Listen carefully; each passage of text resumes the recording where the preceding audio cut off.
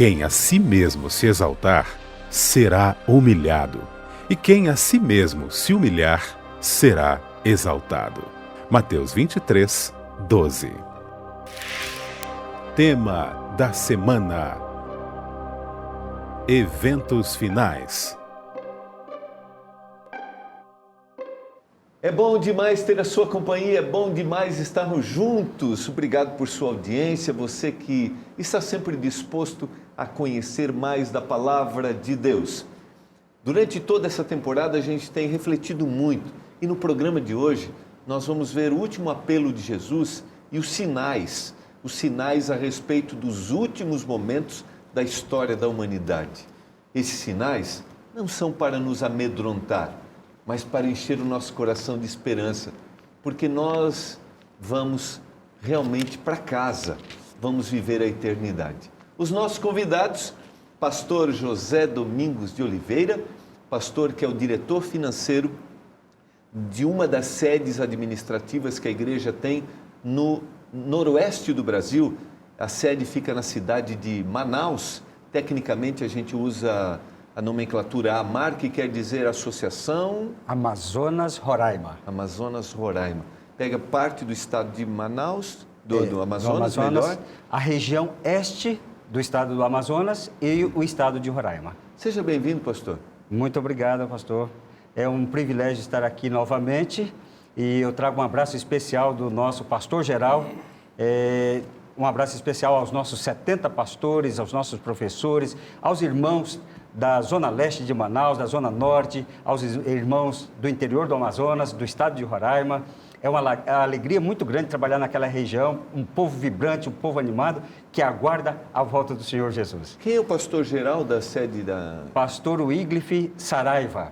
Ok, um abraço, pastor Wycliffe Saraiva. Eu sei que o senhor tem lá no grupo de pastores o pastor Kleber Ubirajara.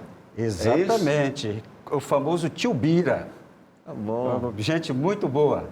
Então, pastor Kleber Ubirajara, um abraço, Deus abençoe muito o senhor. Pastor Kleber, que é pai do produtor do programa, ele que também é um dos apresentadores do programa Conexão Jovem, que é o Tiago Ramos, nosso conhecido Chapolin. Um abraço, que está aqui, viu, pastor Kleber, dirigindo o programa, está aqui com a gente, acompanhando. Deus abençoe muito sua família e parabéns pelo filhão aí, viu? Muito especial, tem nos ajudado de forma muito significativa nessas temporadas que a gente tem estado por aqui. E esperamos em breve conhecê-lo e ter o senhor aqui com a gente também.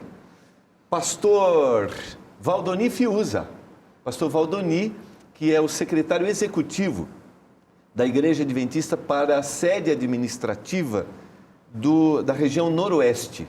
Nós chamamos de União. São quantas associações? São 4 associações. 4 associações. 2 em Manaus, com sede em Manaus, uma com sede em Porto Velho, Rondônia, e outra em Ji-Paraná, também no estado de Rondônia. Seja bem-vindo. Obrigado. Nosso querido amigo Fiuza.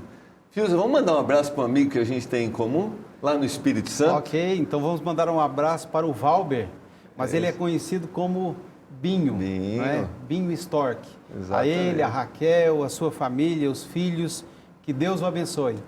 Deus abençoe muito, Binho. Você, a Raquel, as crianças, uma pessoa extremamente comprometida com a palavra de Deus, com aquilo que acontece na igreja e com o levar a mensagem de salvação a todas as pessoas.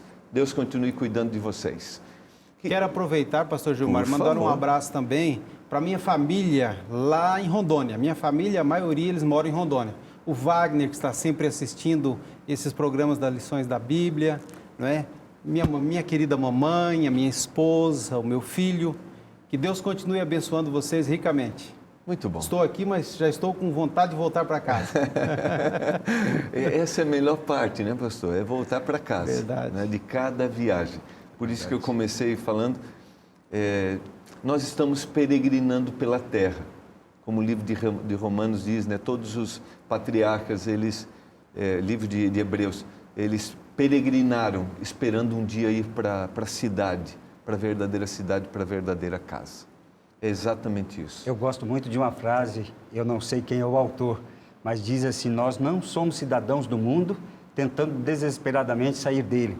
Nós somos cidadãos do céu e estamos voltando para casa. Pastor, vamos repetir essa frase vamos sublinhá-la, porque alguns amigos gostam de anotar. Por favor. Nós não somos cidadãos desse mundo tentando desesperadamente sair dele. Nós somos cidadãos do céu e estamos voltando para casa. Muito bom. Vamos orar a Deus nesse momento? Pastor, por favor. Querido e eterno Pai, vamos agora abrir a Tua palavra para estudarmos um assunto tão relevante, que trata exatamente da nossa volta para a Tua casa. O Senhor tem preparado um lugar para cada um de nós. Abençoe cada telespectador. Abençoe nossas famílias. Abençoe o estudo da Tua palavra, em nome de Jesus. Amém. Querido amigo que acompanha a gente, que está sempre ligado no Lições da Bíblia, que anota, que tem dado para a gente aí um feedback por onde a gente anda. Eu quero dizer a você que se você não faz parte da comunidade adventista do sétimo dia, você é o nosso convidado para estar no sábado pela manhã, a partir das 9 horas, nós temos ali um momento de estudo do tema que nós discutimos aqui no programa Lições da Bíblia. Você será bem-vindo, diga que você é um convidado do Lições, tá bom? É hora de ouvirmos o autor do nosso guia de estudos, pastor Andy Nash. Como pastor e professor aqui na universidade, uma das situações mais dolorosas que eu vejo, especialmente nos jovens, é quando os pais se divorciam. Eu tenho uma aluna, uma jovem menina que seu pai faleceu ano passado, e ela disse: "Por mais doloroso que seja meu pai ter falecido, eu prefiro considerar que foi menos doloroso do que se meus pais tivessem se divorciado. O divórcio é uma das coisas mais dolorosas que nós podemos passar." E é interessante que Jesus também experimentou o divórcio. Em Mateus, no capítulo 23 e 24, nós encontramos o que aconteceu com Jesus e seu povo amado de Israel. Jesus se levanta no templo e apela uma última vez para que eles o aceitem. Durante 2000 anos, ele andou com eles de mãos dadas pela terra prometida. Mas agora, o seu povo estava pronto para rejeitá-lo. Era essencialmente uma discussão, como podemos ver em Mateus capítulo 23, onde Jesus diz: "Ai de vocês, mestres da lei e fariseus, vocês estão prestes a perder o que é mais importante." E ele termina dizendo: "Olhe, sua casa ficará deserta. Vocês não me verão novamente até que digam: bendito é o que vem em nome do Senhor." Naquele momento, Jesus deixa o templo, e o templo se torna apenas mais um simples prédio. Não tem mais nada de especial. O Espírito de Deus deixou o templo. E Jesus, alguns dias depois, erguido na cruz, a cortina do templo se rasga de cima a baixo, rasgando aquela primeira aliança. Mas Jesus sempre terá um coração aberto a quem quiser retornar a Ele. Da mesma maneira como um cônjuge que aceita sua esposa ou marido de volta após o divórcio. Não esqueça de acessar o nosso blog, de compartilhar os vídeos do autor. Eu achei muito interessante a visão desse romper que Jesus teve com o povo, com a nação escolhida, Israel, e a tristeza que o Senhor tem se em algum momento alguém se perder, porque o Senhor deseja ter um laço eterno para a gente. Lembrando que Israel deixou de ser nação escolhida para a missão. Mas todas as pessoas, todo indivíduo, não importa qual seja a sua nacionalidade, ele tem a oportunidade de salvação. É que às vezes a gente confunde um pouquinho. O Senhor dá a oportunidade de salvação para todos. Como nação, como missão, não. Nunca mais. Mas todos têm oportunidade de salvação como indivíduos. Só para a gente lembrar aqui, acho que é legal dizer para o nosso querido telespectador. Eu creio que é importante a gente, na introdução do guia, trabalhou um pouquinho a ligação da primeira vinda de Jesus com a segunda vinda. É o que a gente vai trabalhar no programa de hoje. Tá? E até tem uma frase que diz assim: ambos, os dois momentos, estão inseparavelmente ligados. não no tempo, mas no propósito, que é a redenção da humanidade e o fim do grande conflito. Por que não acreditar que Jesus veio a primeira vez e virá a segunda, se eu não acreditar, pode a minha vida não ter sentido? Por quê? Sabe, pastor Gilmar, eu penso que a gente vive aqui nesse mundo em algo assim muito passageiro. E depois que a gente passa dos 40, a gente começa a perceber, parece que isso de forma mais acentuada na nossa vida. Você já chegou lá, não? Ainda não. Está chegando? Ainda não? Já cheguei. E a gente começa a perceber. Né, ele está bem? Mas essa questão do tempo, é isso mesmo. Pode continuar. A gente começa a perceber que tudo aqui passa muito rápido. E a gente até começa a se importar um pouquinho mais com o tempo e com a vida. Agora eu fico imaginando, o que seria de mim se não fosse a promessa de um novo céu e de uma nova terra? Pois aqui tudo é muito passageiro. Então acreditar nesta promessa faz toda a diferença na minha vida. Que a vida para mim não vai ser 70, 80, mas poderá ser uma vida eterna, depende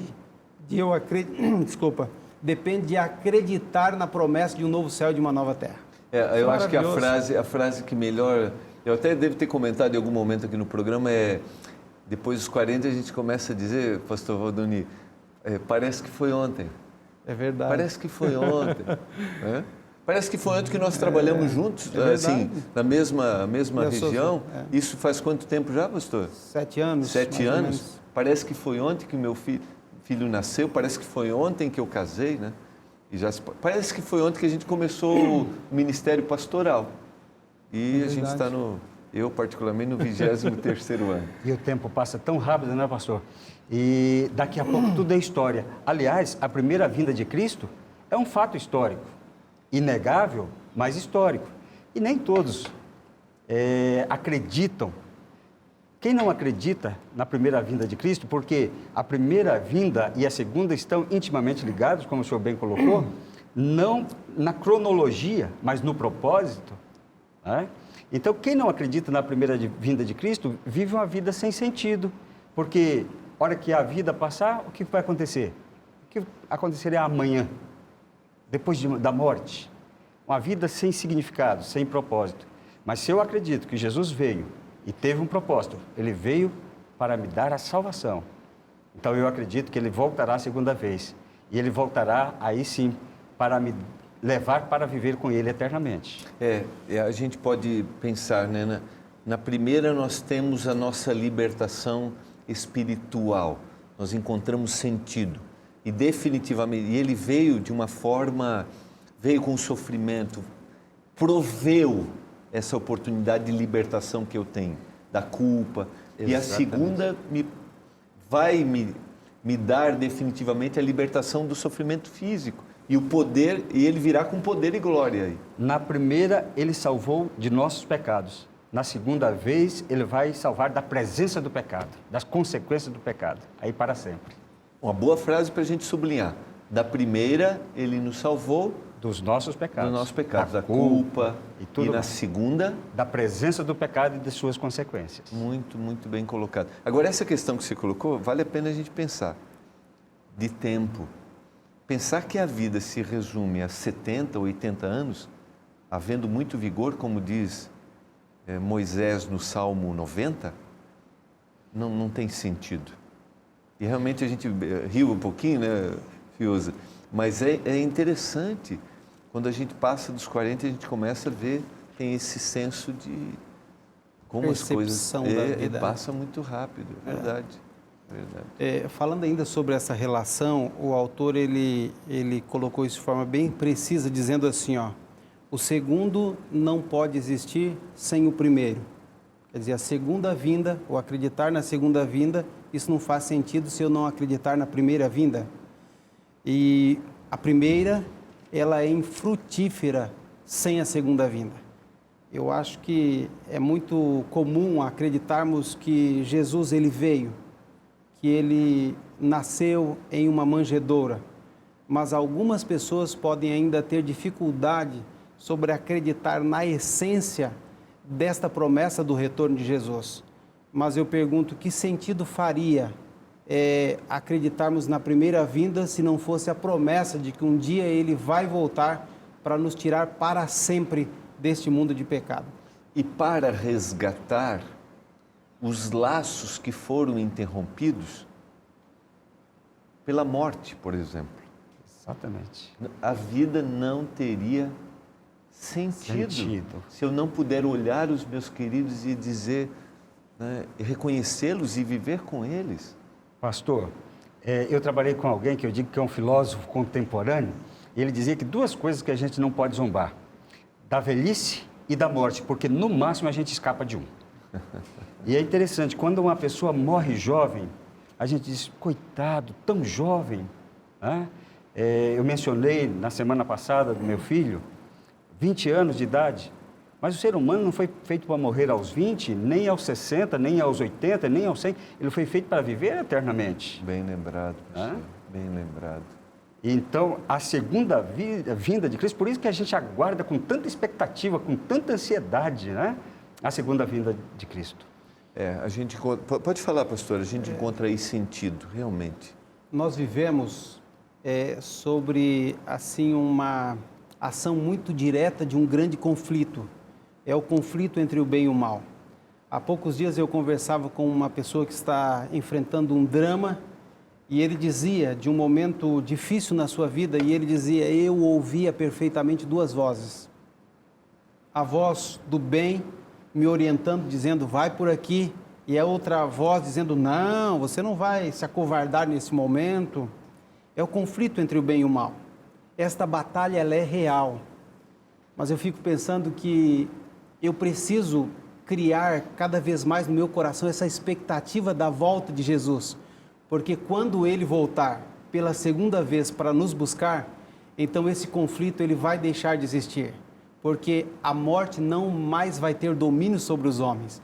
Isso vai ser maravilhoso, quer dizer, essa luta que nós vivemos, ela vai deixar de existir. Muito bom. Para que você que está acompanhando o programa e talvez não tenha o nosso guia de estudos, só quero lembrá-lo, hoje nós vamos analisar Mateus capítulo 23 e o capítulo 24, só para você acompanhar, tá? E aí eu quero considerar agora, nós vamos para o intervalo, e aí na volta eu queria considerar um pouquinho o que está em Mateus capítulo 23, os primeiros versos, que o autor do guia até colocou como foi a última súplica desesperada de Jesus pela reconciliação com sua amada, com o povo escolhido. Nós vamos para o intervalo e nós voltaremos já.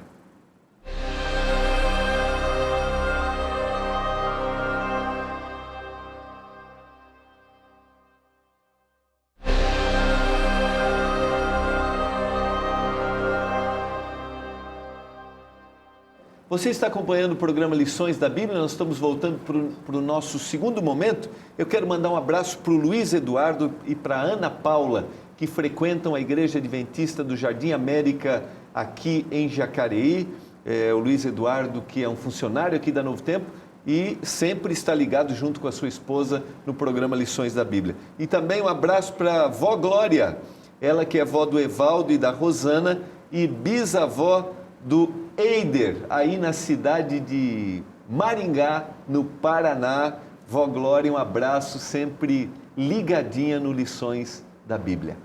Amigos, Mateus capítulo 23 em diante, nós temos o último apelo. E nós temos os conhecidos, ai de vós, escribas e fariseus. O Senhor está tentando dar o último recado, e o autor, como eu mencionei, usou a expressão súplica desesperada de Jesus para alcançar esses queridos. Os líderes que deviam conduzir o povo a Deus, eles são acusados, eles recebem 15 acusações, pastor. Jesus enuncia 15 acusações contra eles. Eles não praticavam o que ensinavam, de acordo com Mateus 23, verso 3, oprimia as pessoas e faziam exigências insuportáveis. Eles faziam de tudo para aparecerem, para se exibirem. Eles amavam o primeiro lugar nas sinagogas. Eles gostavam de receber saudações respeitosas. Eles gostavam... aliás, eles entravam nas casas das viúvas e devoravam. Eles fechavam a porta dos céus diante das outras pessoas que queriam conhecer a Deus. Eles fingiam ser piedosos, no entanto, só tinha aparência, como a história da figueira, né? Não tinha frutos. Eles tornavam a pessoa nova conversa, né? 2 vezes disse Cristo, filhas do inferno. São palavras duras, né? Que eles recebem de Cristo. Eles diziam que jurar pelo templo, por Deus, não significava nada. Ignoravam os aspectos mais importantes da lei, a justiça, a misericórdia, a fé. Eles filtravam a água para não engolirem acidentalmente um mosquito. No entanto, Cristo usa a expressão que eles engoliam camelos, ou seja, coisas mais importantes eles desprezavam. No interior deles, eles pareciam com um sepulcro caiado, disse Cristo, né? Era bonito por fora, bem apresentável, mas podridão por dentro, Essa né? questão da hipocrisia chama muita atenção, porque é como atuar, né? Fazer de conta. Hipocrisia, a palavra hipócrita tem o significado de representar algo que a pessoa não é, né? Exatamente, é impressionante. Da palavra isso. vem os atores modernos, né? Que eles representam, né? Um papel. Exatamente, é muito interessante isso, porque se a gente se confronta com isso, né? Às vezes querendo, dizemos, fazemos, mas isso não está no nosso interior. Então é uma repreensão. É uma repreensão que tem o objetivo de dizer, voltem, vocês estão no caminho errado. E agora o pastor citou em off, por que era tão significativo, se tornou tão significativo esse apelo? Israel era a nação querida.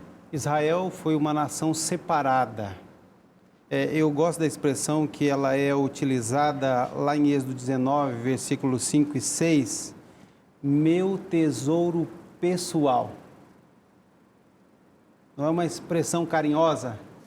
Foi exatamente assim que Jesus chamava Israel. Também nós estudamos no nosso guia de estudo que o Senhor ofereceu uma taça, como mais ou menos assim, um noivo oferece uma taça para uma noiva para fazer um pedido em casamento. Foi exatamente essa ilustração que nós encontramos. O Senhor ofereceu uma taça para Israel e a resposta de Israel foi sim. Então Israel passou a ter uma aliança para com Deus.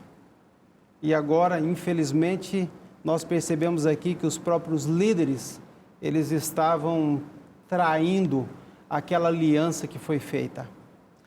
Quantas vezes o Senhor está fazendo apelos, a gente trabalhou um pouquinho isso no programa passado, mas o Senhor está fazendo apelo para nós, para que nós abandonemos nossa situação ou nossa postura de hipocrisia, para que a gente tenha uma vida com sentido verdadeiramente, né? Quantas vezes Ele faz isso e Ele faz isso de forma intencional, porque sabe que nós somos especiais. E você citou aqui o verso, acho que deve estar na linguagem de hoje, esse verso que você citou de Êxodo, capítulo Êxodo 15, 19, versículos 5 e 6. 19, 5 e 6, a minha tradução diz assim, minha propriedade particular, vós sereis reino de sacerdotes e nação santa. Sim. Hoje esse convite é para nós, que nós aceitemos esse convite, né? Eu quero ir adiante, porque agora nós trabalharemos um pouquinho os sinais a respeito do fim, que estão em Mateus capítulo 24, dos versos 1 em diante. Eu queria que vocês considerassem, Jesus começa a dar os sinais diante de uma indagação, de um questionamento que está no verso 3. No Monte das Oliveiras, achava-se Jesus assentado, quando se aproximaram dele os discípulos em particular e lhe pediram, dize-nos quando sucederão estas coisas e que sinal haverá da tua vinda e da consumação do século. Pastor, é interessante que os líderes espirituais afastaram o povo do Messias quando ele veio pela primeira vez. E numa escala maior, a gente vê hoje tantas coisas, inclusive até a mercantilização da fé no momento atual, afastando as pessoas de Jesus. Interessante que tudo isso faz parte dos sinais. E eu gosto de pensar nos sinais, pastor, como essas placas indicativas, quando a gente está para chegar numa cidade. A placa diz assim, cidade tal, a tantos quilômetros. E à medida que a gente vai se aproximando, ela vai informando, a tantos quilômetros, até chegar. Os sinais que Cristo disse aqui para os discípulos, eles indicam a proximidade da vinda de Cristo. Ele chegou ao ponto de dizer assim, olha, vocês observem esses sinais e lembre-se da imagem da figueira. Quando ela está trocando as suas folhas, vocês estão sabendo que haverá mudança de estação.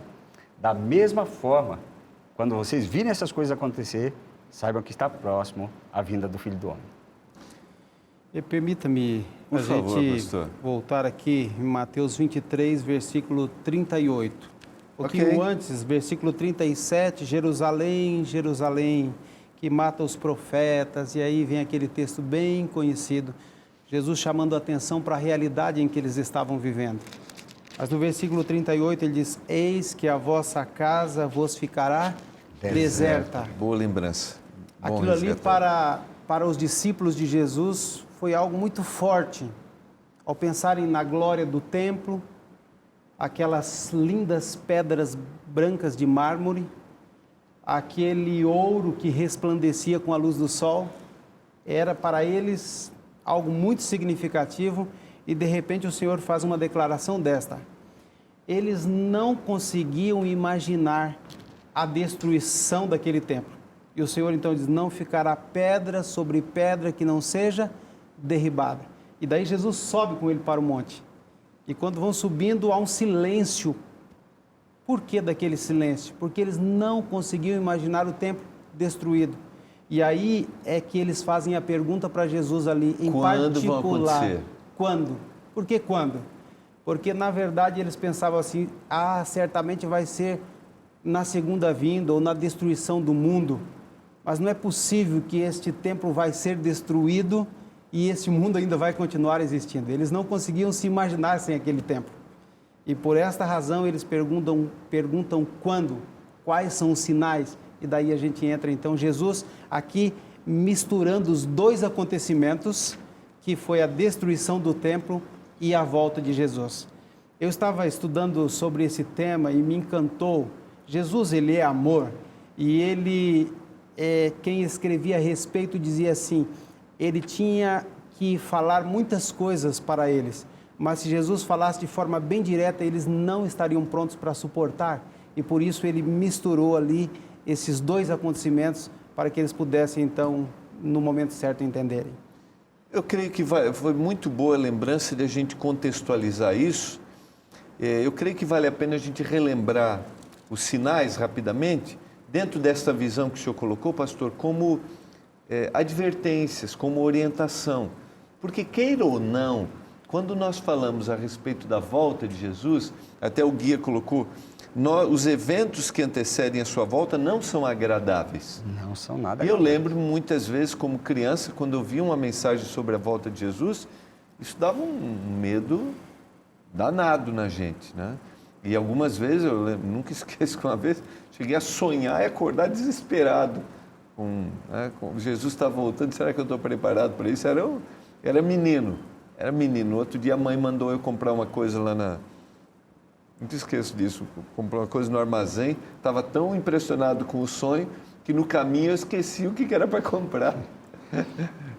Eu voltei, mãe, eu não lembro mais o que é para comprar. Então, queira ou não, nós estamos falando de temas, de sinais difíceis, mas que são placas sinalizando o nosso preparo. Exatamente. Tá? Eu só queria que vocês considerassem isso agora, por favor. Então, pastor, os sinais que Cristo descreve como indicativos da sua breve volta: engano, guerra, desastres na natureza, perseguição religiosa, falsos cristos, fomes, terremotos.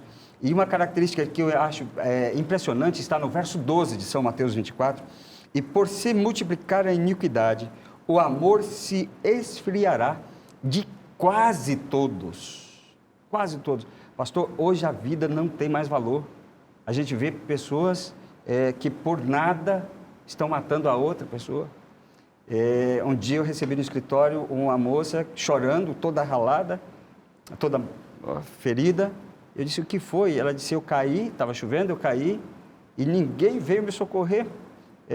Eles ficaram rindo e meu choro é mais de... Ela estava ali chateada com aquilo, ninguém veio para me ajudar a levantar. Quando uma pessoa cai, nós rimos. No entanto, quando uma pessoa está bem, parece que a gente se entristece. Por que isso? Porque o amor se retirou. Não tem mais amor no coração de quase todas as pessoas. Esse talvez seja um sinal que a gente sai um pouquinho das questões da natureza e a gente vai para nosso estado espiritual, estado emocional das pessoas que têm feito têm gerado esse distanciamento. Tem um outro sinal, pastor, que eu gostaria de lembrá-los aqui, está em Mateus 24, versículo 11, são os falsos profetas. Esse também é um sinal muito forte, que antecede a vinda de Jesus. E parece que quando nós olhamos o mundo ao nosso redor, nós percebemos tantas placas de igreja,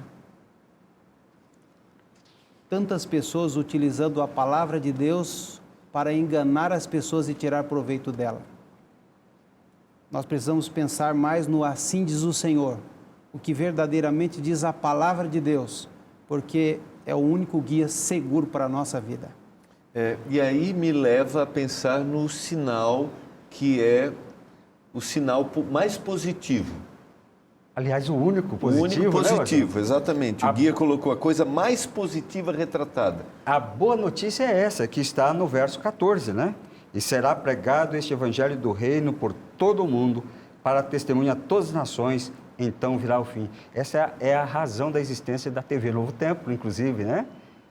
Estamos aqui estudando a Bíblia para enfatizar este aspecto positivo, porque a primeira vinda de Cristo, ele veio para tornar possível que ele voltasse a essa terra para buscar aqueles que o aceitam, que o amam. Pastor, como pastores, nós vivemos para pregar o Evangelho. Lembra que eu falei na semana passada da morte do meu filho? E agora eu disse que não é natural a pessoa morrer aos 20, aos 60, aos 80, aos 100 anos. Na verdade, pastor, como pastor, hoje eu tenho um motivo especial para dizer a todo mundo, a todas as nações, que Jesus está voltando. Porque eu quero ter um reencontro com meu filho muito em breve. E eu creio, diante da sua declaração, que a forma com que nós suportaremos todas as adversidades, que não vamos duvidar e que vamos continuar firmes, será através da pregação do Evangelho. Com certeza. Porque o foco, ele não está nas realizações daqui, porque senão não suporta esses acontecimentos, porque você não vai estar guardando. É interessante que tem algumas pessoas que pensam que o fim de todas as coisas aqui é uma coisa ruim. Esse verso salienta exatamente o contrário. É o fim de tudo que não presta, tudo que toda dor, toda tristeza, é o fim da morte e o começo de tudo que é bom. É o recomeço, é isso que faço nova todas as coisas. Foi uma boa lembrança.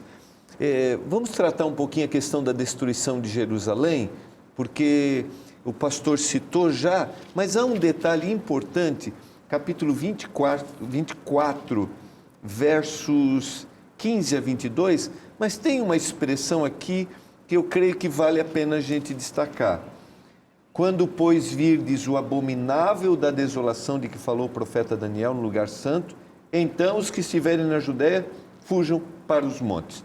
Nós vamos para o intervalo e voltaremos explicando essa expressão.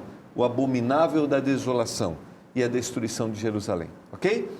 Você está acompanhando o programa Lições da Bíblia, nós vamos por intervalo e voltaremos já para o último momento desse nosso 11º encontro.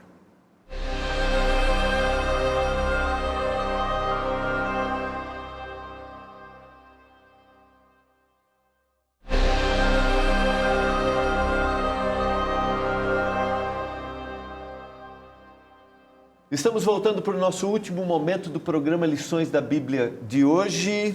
Eu queria considerar o que está no... eu coloquei aqui, né? Capítulo 24, verso 15. O abominável da desolação. E aqui a destruição do templo de Jerusalém. Pastor Gilmar, talvez a gente poderia voltar a um detalhe especial aqui. Por favor. Porque a nação de Israel, eles foram uma nação eleita, um povo escolhido, um povo especial, e eles perderam este status de nação eleita, uma vez que eles não cumpriram os objetivos. Porém, é bom a gente lembrar que nem todas as pessoas de Israel, ou nem todos os judeus se perderam. Se nós formos a João 12, versículo 20 até o versículo 26, nós encontramos que alguns gentios, eles queriam ver Jesus e eles procuraram alguns judeus fiéis. Se eles procuraram judeus fiéis, isso significa que existiam pessoas fiéis. Deus sempre tem um remanescente e também entre os judeus ele tinha remanescentes fiéis. Dá para a gente lembrar Nicodemos, que fez parte do Sinédrio, né? Então a gente tem pessoas que foram usadas, os próprios discípulos que foram instrumentos usados para a pregação. O Senhor teve que romper aquele preconceito deles de pregarem aos gentios, mas isso aconteceu e eles foram instrumentos. Boa lembrança, isso está no nosso guia de estudos, foi uma boa lembrança, passou por alto. Sim, pastor. Pastor, me permita também voltar a um outro ponto sobre os sinais. Por favor. Em relação aos sinais, Cristo deixou bem claro esses sinais como indicativo da sua volta. Qual o objetivo, então, dos sinais? Seria marcar uma data? Porque eu disse, quando vai acontecer isso? Mas Cristo foi bem enfático em descrever os sinais e dizer para eles que ninguém deveria enganar eles. Haveria falsos cristos, falsos profetas, mas quando chega no verso 36, mas a respeito daquele dia e hora ninguém sabe. E mais à frente, no verso 42, portanto, vigiai, porque não sabeis o dia em que vem o vosso Senhor. Boa lembrança. Mateus capítulo 24, verso 36 e o 42. É interessante, pastor, que tem coisas que as pessoas... Lembra do dia 21 de dezembro de 2012, né? 21/12 de 2012, o pessoal marcando data. Tem gente querendo saber coisas que nem os anjos sabem. Eu creio que vale até colocar uma frase dizendo que os sinais não eram para determinar então a data, mas para lembrar da realidade e fazer com que eles estivessem preparados. Boa lembrança, 2 detalhes importantes. Podemos rapidamente então ir para Mateus 24 e dar a explicação, a destruição e o abominável da desolação? O abominável da desolação significa algum tipo de sacrilégio ou profanação daquilo que é santo. Aqui nós encontramos um contexto em Mateus 24, a partir do versículo 15, quando o Senhor orienta os seus filhos que quando vier esse momento difícil, no momento em que os judeus eles fossem cercados pelos romanos, a cidade fosse cercada, eles deveriam fugir para os montes, aqueles que estivessem no campo não deveriam voltar. Então é um alerta da parte do Senhor para a salvação dos seus filhos. E até o guia colocou uma informação, não sei se é isso que você vai considerar, pastor? Eu creio que sim, pastor, mas fique à vontade. Não, por favor. Então, que na destruição de Jerusalém, Cristo havia dito, olha, quando virdes acontecer, né? Os cristãos sabiam. O que eles fizeram? Quando o general Sérgio, anos antes, vem e depois recua com seu exército, De uma forma inexplicável. Inexplicável. Os cristãos saíram e o guia diz que eles refugiaram a uma cidade a leste do Rio Jordão, chamada Pela, a cerca de 30 quilômetros ao sul do Mar da Galileia. Mas nessa destruição, e os que não acreditavam nas palavras de Cristo, eles continuaram. E estima-se que tenha sido mortos em torno de 1 milhão de pessoas. 97 mil tenha sido levados cativos, mas nenhum cristão perdeu a sua vida. Aqueles que acreditaram não se perderam. Você citou, o assim diz o Senhor, nós precisamos estar atentos ao que diz a palavra. Eu aproveito aqui e digo ao querido telespectador, não deixe de estudar as profecias, os sinais, dentro do que a Bíblia diz. Nós temos aqui o programa do pastor, o Arena do Futuro com o pastor Luiz Gonçalves, nós temos o programa Bíblia Fácil com o pastor Arilton, que está estudando, até mencionei já em algum programa, o tema de Apocalipse. Fique atento, eu tenho a certeza que a Novo Tempo oferece aqui estudos específicos sobre as profecias, sobre o Apocalipse, para que você descubra na palavra o que a Bíblia diz sobre os últimos detalhes da história da humanidade. Boa lembrança aqui de vocês, esses detalhes que são importantes, para que a gente fique atento, para que quando vamos vendo esses sinais acontecendo, a gente se aproxime ainda mais da salvação que nós temos em Jesus.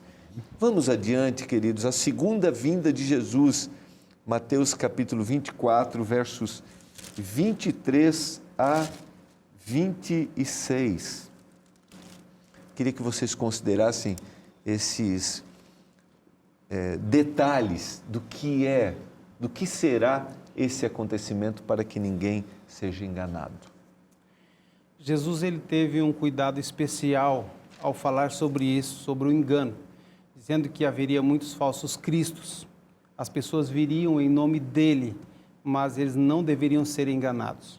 E aí ele coloca vários acontecimentos que realmente iriam marcar o momento da volta de Jesus. Até a própria imitação da volta. Imitação. Então, quando disserem, apareceu ali hoje na nossa realidade, ele apareceu lá no Japão, ele já chegou, está do outro lado do mundo, vocês não acreditam, porque realmente no momento em que ele vier, a palavra de Deus diz que todo olho verá. São marcas da vinda de Jesus. Eu quero só ler o texto, pastor, que é Mateus 24, verso 26. Portanto, se vos disserem, eis que ele está no deserto, não saiais, ou ei-lo no interior da casa, não acrediteis, porque assim como o relâmpago sai do oriente e se mostra até o ocidente, assim há de ser a vinda do Filho do Homem. Todo o olho vai ver. Você usou a expressão marcas distintivas, né? Marcas você usou. São distintivas. Pastor, então, sim, perdão, sim, pastor. por favor. E aí, eu gostaria de salientar uma coisa que para mim é muito marcante agora nos versos seguintes, que vai do verso 27 a 31. A descrição de como será a segunda vinda. O senhor tocou no ponto de todo olho verá. Apocalipse 1, verso 7 diz isso claramente, né? Todo olho verá. E tem alguns que dizem o olho da fé. Mas aí o verso acrescenta, até aqueles que o traspassaram. Então não pode ser o olho da fé. Na verdade, Jesus vem com poder e muita glória, ao som de trombeta, com todos os seus anjos.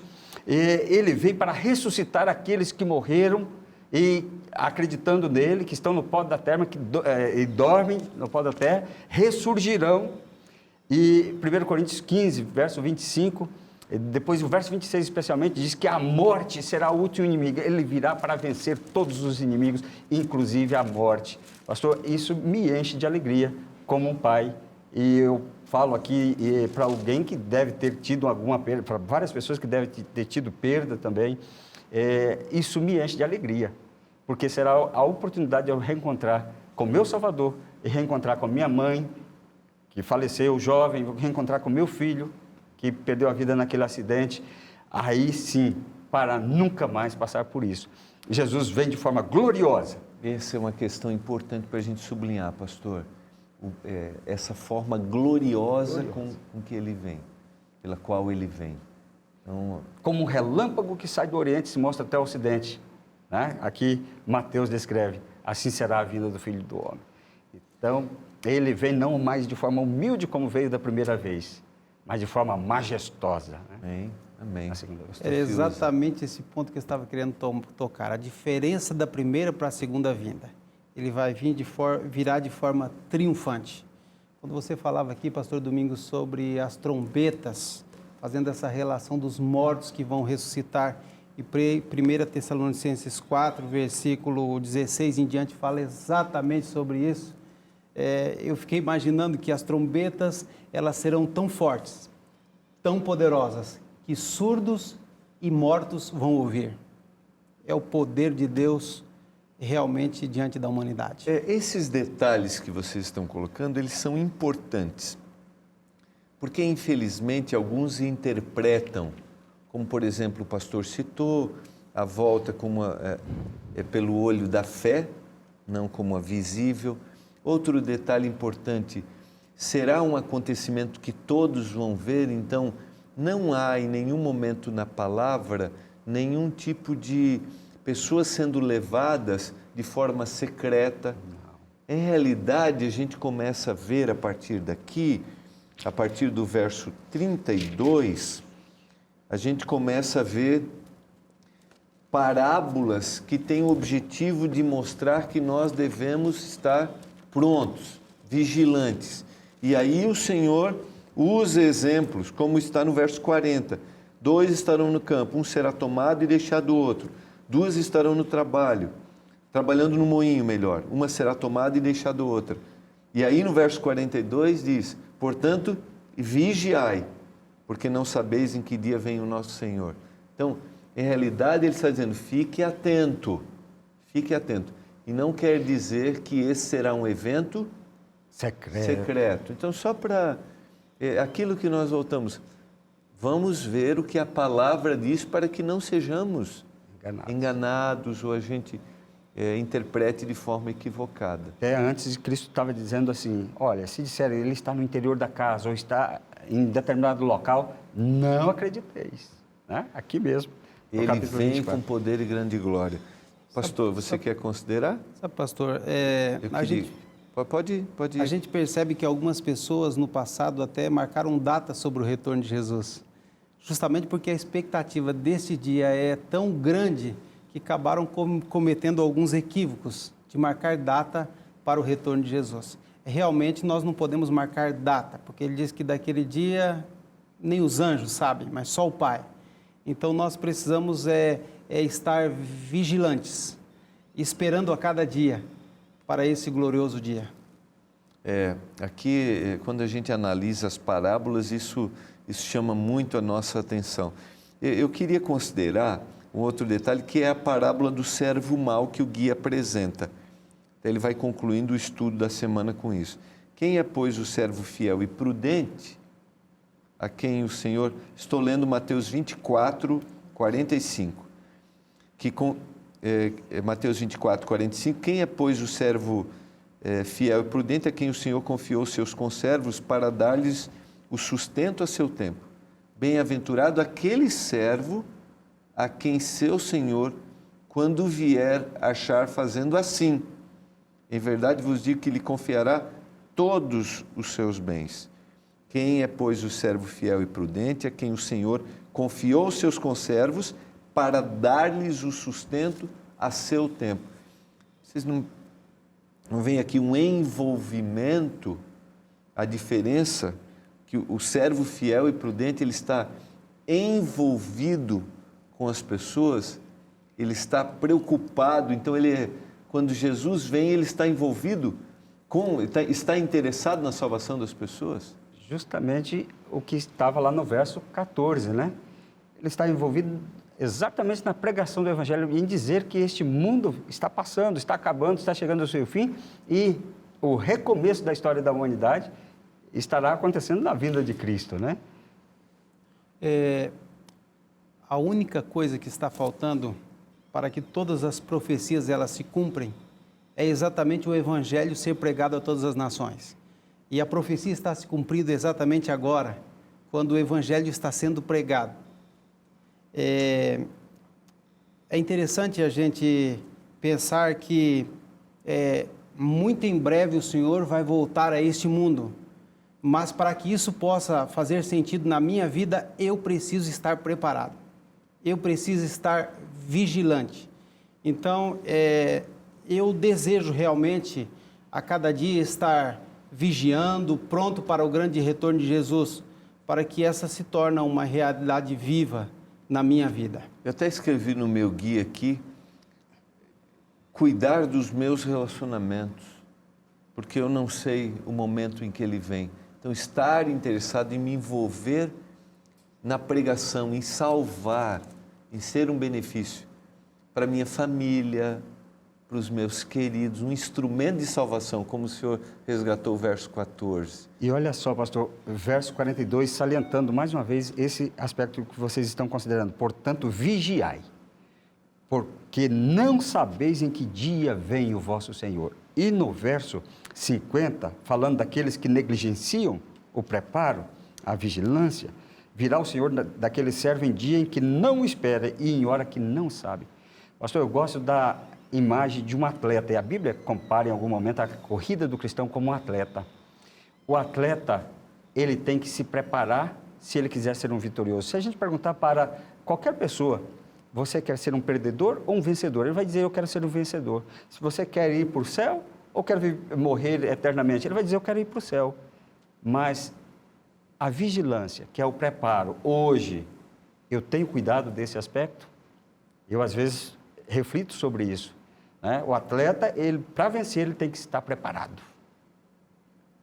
Constantemente, a qualquer hora. Ele não pode, né, de jeito nenhum, negligenciar o preparo. Se eu quero andar com Cristo eternamente, eu tenho que estar preparado agora. Não quando ele voltar, eu tenho que estar preparado agora, porque eu não sei exatamente a hora em que ele vai voltar. Muito bom. Queridos, quero agradecer muito. Só quero citar o que está no verso 34, capítulo Mateus 24, 34. Em verdade vos digo que não passará esta geração sem que tudo isso aconteça. Geração aqui não é o tempo, mas era um grupo de pessoas rebeldes, obstinadas, que é o que acontece até hoje. Então, o Senhor virá para exterminar para sempre essa geração rebelde e obstinada. Vamos orar a Deus agradecendo mais uma vez? Pai, obrigado pela Tua palavra, obrigado pela volta de Jesus. Amém. Que nós estejamos preparados naquele dia. Abençoa cada telespectador, que essa conversa tenha sido uma bênção para todos, que esse estudo faça diferença na vida de todos nós, em nome de Jesus. Amém. Amém. Não esqueça jamais as palavras de Jesus. E conhecereis a verdade, e a verdade vos libertará. Um abraço e até o próximo programa Lições da Bíblia, aqui na TV Novo Tempo.